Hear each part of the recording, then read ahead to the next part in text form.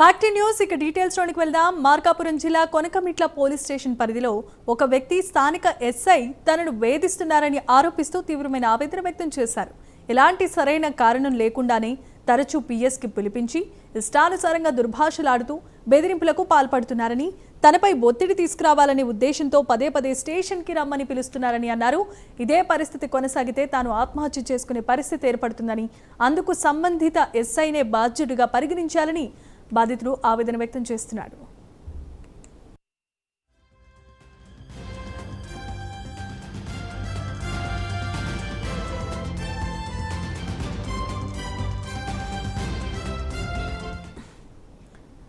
ఇటీవలే జరిగిన ఓ కొలుపుల కార్యక్రమంలో ఎస్ఐ బంధువులకు 50,000 రూపాయలు నగదిచ్చినట్లు బాధితుడు వెల్లడించారు. అవసరమైతే దీనికి సంబంధించిన వివరాలు, ఆధారాలు సమర్పించేందుకు తాను సిద్ధంగా ఉన్నట్లు తెలిపారు. ఈ వ్యవహారంపై ఉన్నతాధికారులు వెంటనే స్పందించి సమగ్రమైన విచారణ జరిపి తమకు న్యాయం చేయాలని, పోలీసుల వేధింపుల నుంచి రక్షణ కల్పించాలని బాధితుడు విజ్ఞప్తి చేస్తున్నాడు.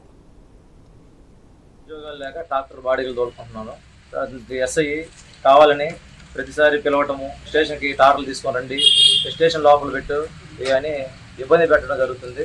ఈ మురళి అనే కానిస్టేబుల్ ఇంటి దగ్గరికి వచ్చి సారు పిలుస్తున్నాడు, ఇన్ఫర్మేషన్ అంటే ఏదో ఇవ్వాలని చెప్పి చీటీ మాటికి పిలవటము, ఇట్లా లోపలికి వచ్చిన తర్వాత నువ్వేం తిట్టడము, ఈ బూతులలో ఎస్ఐ గారు పిహెచ్డీ చేసినట్లుగా ఇష్టం వచ్చినట్టు ఇష్టారీతిలో మాట్లాడుతున్నాడు. మరి ఇటీవల కాలంలో మా నల్లపు వారి ఎల్లం కొలుపులు చేసుకుంటుంటే దానికి కూడా 1,00,000 రూపాయలు డిమాండ్ చేసి 50,000 వేరే వాళ్ళ బంధువులకి ఫోన్పే కొట్టించుకున్నాడు. డబ్బులు ఇస్తేనే మీరు కొలుపులు చేసుకోండి, లేకుంటే చేయమాకండి అని బెదిరించాడు.